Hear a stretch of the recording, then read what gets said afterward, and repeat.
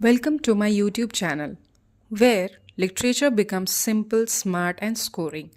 If postmodern literature feels confusing, fragmented, or full of strange terms like metaphication, irony, intertextuality, and absurdism, then you are in the right place. In this video, we will decode postmodern literature through important exam oriented questions along with correct answers, clear explanations in easy language, and concept based understanding.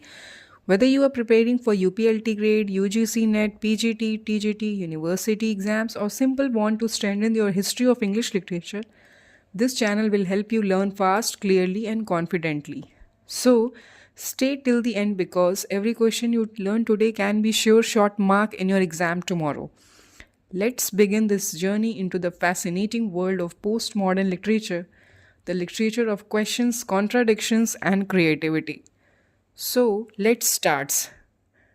According to your demand about posting or solving the question of postmodern literature, I have brought a few questions that is very important. The first one is the term incredulity towards meta narratives was coined by. First option is Michael Foucault, Jacques Derrida, Jean-Francois Lyotard, Roland Barthes. Can you tell me this? I have given in notes also. Who is the answer? Which will be the answer? Jean-Francois Lyotard.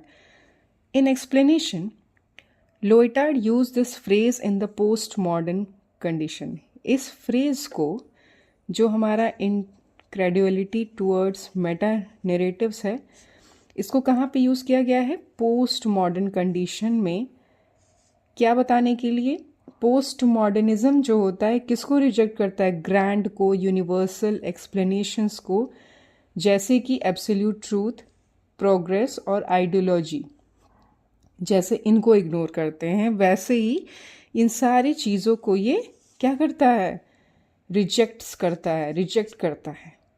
Now second question, which book popularize the theory of post modernism? कौन सी ऐसी book थी जिसने post modernism को popularise किया? इसमें the first option is grammatology, the post modern condition, simulacra and simulation, the order of things. इसमें जो आंसर है वो है द पोस्ट मॉडर्न कंडीशन। तो जो द पोस्ट मॉडर्न कंडीशन है, यही जो वो बुक है जो explains how knowledge and truth change in modern society and is considered the foundational text of post modern theory. यही जो है बुक बताता है कि जो नॉलेज और ट्रूथ जो है मॉडर्न सोसाइटी को क्या किए हैं? चेंज किए हैं। एंड इसको क्या कहा जाता है? इस बुक को foundational text of post modern theory भी कहा जाता है। तो ये बहुत ही इंपॉर्टेंट है। The third question, deconstruction is associated with. जो डीकंस्ट्रक्शन वर्ड है वो किससे एसोसिएटेड है? तो ये हम देखते हैं, ये है हमारे जैक्स डेरिडा से। अब हम देखते हैं एक्सप्लेनेशन में कि डेरिडा जो है argued that meaning in language is unstable. ठीक है, जो मीनिंग है लैंग्वेज में वो क्या है? अनस्टेबल है। इसीलिए text do not have a single fixed interpretation. इसीलिए टेक्स्ट के पास क्या होता है? एक सिंगल फिक्स्ड इंटरप्रिटेशन नहीं होता है, क्योंकि मीनिंग ऑफ लैंग्वेज जो होता है वो अनस्टेबल होता है और मल्टीपल होता है। बिल्कुल सही बात है। कभी कभी इंग्लिश में एक वर्ड का 2-3 जगह यूज़ होता है, तो हर जगह उसका जो मीनिंग होता है वो क्या होता है? अलग अलग होता है। वही बात जो है हमारे जैक्स डेरिडा बोलते हैं और उसी को डीकंस्ट्रक्शन कहा जाता है। Now fourth question, which of the following is the key features of post modern literature? तो पोस्ट मॉडर्न लिटरेचर का की फीचर क्या है? इसको मैंने समझाया था मेरे नोट्स में, मेरे वीडियो में आप जाके देखिए पोस्ट मॉडर्न लिटरेचर का। तो इसमें जो ऑप्शन पहला है linear narrative, unity of plot, fragmentation, moral certainty. The answer is fragmentation. अब हम समझते हैं इसका एक्सप्लेनेशन।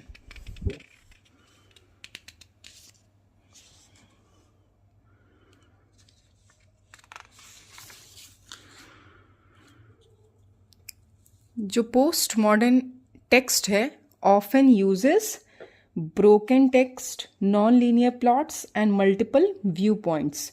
इसको हम लोग को समझना है कि जो हमारा पोस्ट मॉडर्न टेक्स्ट है वो क्या क्या यूज़ करता है। ब्रोकन स्ट्रक्चर को यूज़ करता है, नॉन लीनियर प्लॉट्स को यूज़ करता है और मल्टीपल व्यूज़ को। इसीलिए रिफ्लेक्ट्स अनसर्टेनिटी एंड क्योस, और इसी वजह से वो अनसर्टेनिटी और क्योस को बताता है।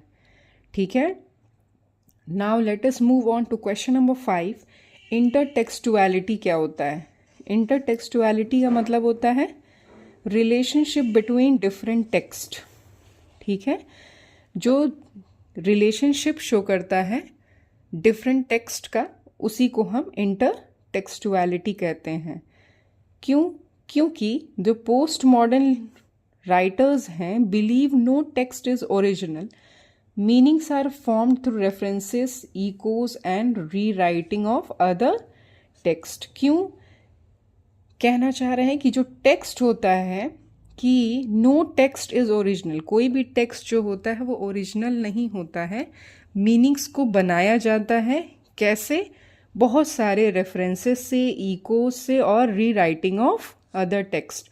इसीलिए इंटरटेक्सचुअलिटी जो है इसका आंसर है, और इसीलिए relationship between different text. Now question number 6, Midnight's Children is written by. अब ये कौन लिखा है? सलमान रुशीद। ये जो ये बहुत इंपॉर्टेंट क्वेश्चन रहा है, बहुत बार पूछा जा चुका है प्रीवियस ईयर पेपर्स में भी। ये जो नॉवेल है हमारा मिडनाइट्स चिल्ड्रन, ये जो है सलमान रुशीद ने लिखा है। एंड ये जो नॉवेल है वो क्या क्या है? हिस्ट्री है इसमें, फैंटेसी है, मेमोरी है और मैजिक रियलिज्म है, जो कि बहुत ही important major post modern literature elements थे उस दौरान के। Now question number 7, the term historiographic metafiction. ये जो टर्म है हमारा हिस्ट्रोग्राफिया मेटाफिकेशन, ये हमारा किससे रिलेटेड है? ये हमारा पोस्ट मॉडर्न फिक्शन से रिलेटेड है। ठीक है, ये हमारा पोस्ट मॉडर्न फिक्शन से रिलेटेड है। अब ये देखते हैं कि ये किसने कॉइंड किया है। यहाँ पे एक्सप्लेनेशन में देखिए, coined by Linda Hutcheon. It refers to fiction that questions the truth of history and shows how history has narrative construction। क्या बताता है कि भाई ये जो है ट्रूथ जो है हिस्ट्री की, उसको बताता है, और कैसे जो है हिस्ट्री एज अ नरेटिव, कैसे वो नरेट करके पूरा कंस्ट्रक्शन हुआ है हिस्ट्री का, उसका वो पूरा एक्सप्लेनेशन दिया हुआ है, और कैसे जो है जो ट्रूथ ऑफ हिस्ट्री को क्वेश्चन करता है। तो ये हिस्टोग्राफिया मेटाफिकेशन, हिस्ट्रोग्राफिया से ही समझ जाता है, ग्राफिक से ही, कि हिस्ट्री से ही रिलेटेड है। ठीक है, और ये क्वेश्चन करते हैं कि भाई कैसे कोई हम हिस्ट्री के ट्रूथ को कैसे हो सकता है, और इसीलिए उन लोग हिस्ट्री को नैरेटिव कंस्ट्रक्शन के तरीके से बताया। Question number 8, which writer is famous for paranoia and complex narrative style? Paranoia and complex narrative style, इसमें इसको मैंने एक्सप्लेन किया है अपने नोट्स में। ये हैं थॉमस पेनकॉन। इन्होंने जो है पूरा फेमस हुए थे किसके लिए? अपने पेरोनिया के लिए और कॉम्प्लेक्स नैरेटिव स्टाइल के लिए। जैसे कि जो पेनकॉन्स नॉवेल्स हैं वो किस पे फोकस करते थे? कॉन्स्पिरेसीज पे, कन्फ्यूजन पे एंड अनसर्टेनिटी पे, reflecting post modern distrust of system. ये क्या शो करते थे कि भाई जो नॉवेल्स हैं वो कॉन्स्पिरेसीज पे शो करते थे, कन्फ्यूजन पे और अनसर्टेनिटी पे, और ये भी बताते थे कि जो पोस्ट मॉडर्न है वो एक डिस्ट्रस्ट ऑफ सिस्टम्स है, मतलब कोई भी इस पे बिलीव नहीं करता है। ठीक, अब हम चलते हैं अपने क्वेश्चन नंबर 9 पे। The concept of hyper reality, बहुत इंपॉर्टेंट है ये। हाइपर रियलिटी का कॉन्सेप्ट कौन दिया है? ये दिए हैं हमारे जीन बॉड्रिलार्ड ने। जीन बॉड्रिलार्ड ने दिया है। इन्होंने क्या कहा है? That modern society lives in simulations and media images that seems more real than reality itself. ये कहना चाहते हैं कि जो लोग सैमुलेशंस और जो मीडिया इमेजेस हैं वो ज़्यादा रियल लगती है रियलिटी इटसेल्फ। जैसे मोबाइल के फ़ोन में जो हम देखते हैं वो रियल लगता है, और कितनी उसमें रियलिटी रहती है उसमें बहुत ही डिफरेंस होता है। तो वैसे ही हमारे हाइपर रियलिटी जो है हमारे जीन बॉड्रिलार्ड ने बताया है। Now question number 10, magic realism is blend of, किससे भरा हुआ है मैजिक रियलिज्म? जो मैजिक रियलिज्म है it is combination of reality and fantasy. इसके बारे में पढ़ते हैं हम लोग कि the magic realism, magical events occur in realistic settings and are treated as a normal a common post modern technique.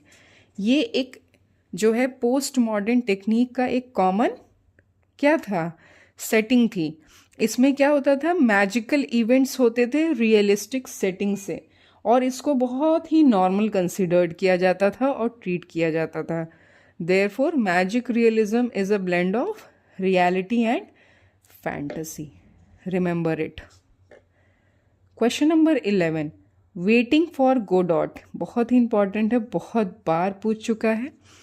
Linked with postmodernism because of, ये क्यों postmodernism से linked किया गया है?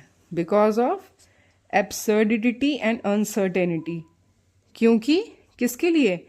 एब्सर्डिटी एंड अनसर्टेनिटी के लिए। अब देखिए यहाँ पे क्यों एक्सप्लेन किया गया है कि भाई the play lakhs resolution, clear meaning, reflecting post modern doubts and existential uncertainty. हम लोगों ने अपने क्लास में पढ़ा था कि भाई जो पोस्ट मॉडर्निज्म था उसमें बहुत सारी कन्फ्यूज़न था। ठीक है, तो वही कहा जा रहा है क्योंकि जो प्ले थे वो क्या क्या करते थे, क्या क्या लैक करते थे? रिजोल्यूशन नहीं था, मीनिंग नहीं थी क्लियर, और बहुत सारे डाउट थे, और बिल्कुल अनसर्टेनिटी शो होती थी। इस वजह से जो है इसमें, इस नॉवेल में भी, इस प्ले में भी वही हाल है। इसी वजह से इसको पोस्ट मॉडर्निज्म पार्ट में रखा गया है। अब चलते हैं क्वेश्चन नंबर 12 में। The idea of death of the author were proposed by, किसने जो है डेथ ऑफ ऑथर को प्रपोज किया? रोलैंड बार्थ्स ने। किसने किया? रोलैंड बार्थ्स ने किया। क्यों किया इसके बारे में हम समझते हैं। क्यों? क्योंकि जो बार्थलेस हैं वो क्या बिलीव करते थे? He believes that reader creates meaning not the author's intention. क्योंकि जो रीडर है वो क्या करता है? अपना मीनिंग खुद निकाल लेता है, ऑथर का जो इंटेंशन होता है वो नहीं समझ पाता है। इसीलिए डेथ ऑफ ऑथर जो है कौन कहा है? रोलैंड बार्थ्स कहे हैं। विच मूवमेंट रिजेक्ट्स ग्रैंड नैरेटिव्स, कौन सा मूवमेंट ऐसा आया जो ग्रैंड नैरेटिव्स को रिजेक्ट किया? ये था हमारा पोस्ट मॉडर्निज्म। यहाँ पे देखिए लिखा हुआ है post modernism question universal truths, promotes multiple perspectives. ठीक है, क्या करता है? क्योंकि ये जो है क्वेश्चन करता है, यूनिवर्सल जो ट्रूथ है उसके बारे में क्वेश्चन करता है, और उसके साथ साथ मल्टीपल पर्सपेक्टिव्स को शुरू करता है। ठीक है, प्रमोट करता है। अब question number 14, Slaughterhouse 5 was written by, कौन लिखा है इसको? इसको लिखे हैं हमारे कर्ट वोनगट ने। इसको लिखे हैं हमारे कोर्ट वोनगट ने। और इस नॉवेल में क्या क्या यूज़ हुआ है? Non linear time, irony and black humour. ठीक है, ये सब कुछ पोस्ट मॉडर्न ट्रेट्स हैं, उनके क्वालिटीज़ हैं। नॉन लीनियर टाइम, आयरनी और ब्लैक ह्यूमर। लास्ट क्वेश्चन है हमारा, which is not post modern characteristic. ठीक है, अब हम लोग पढ़े थे, मेरे आप नोट्स को एक बार देख लेंगे तो आपको बिल्कुल, मैंने बहुत ही सॉलिड नोट्स बनाए हुए हैं एंड बहुत मेहनत के साथ। If you want you can go through that video. अब आप देखिए इसमें क्या है, करेक्टली इसमें आइडियलिज्म जो है नहीं है, बाकी मेटाफिकेशन है, पैची है और फ्रैगमेंटेशन है। ठीक, अब देखिए जो post modernism is a skeptical and ironic, while idealism belongs more to romantic और humanist traditions। जो आइडियलिज्म है वो किससे बिलोंग करता है, वो रोमांटिक और ह्यूमनिज्म, इवन जो रोमांटिक सेक्शन है उसमें भी जो एज है उसमें में भी मैंने क्या किया है, एक्सप्लेन किया हुआ है कि उसमें जो है आइडियलिज्म बिलोंग करता था। अब so friends, today we explored important questions of postmodern literature with clear answer and easy explanations so that no concept remains confusing or incomplete. Remember, postmodern literature is not about memorizing, it's about understanding the ideas behind the text. If you revise these questions regularly, you will notice that even the most complex literary terms start feeling simple and logical. This exactly how you turn literature into a high scoring subject for competitive exam. Keep revising, keep practicing questions, and most importantly, never doubt yourself. If this video helped you even a little, then like this video, share it with your friends who are preparing for exam, and subscribe to the channel for more exam oriented literature and grammar content. Thank you and have a good day.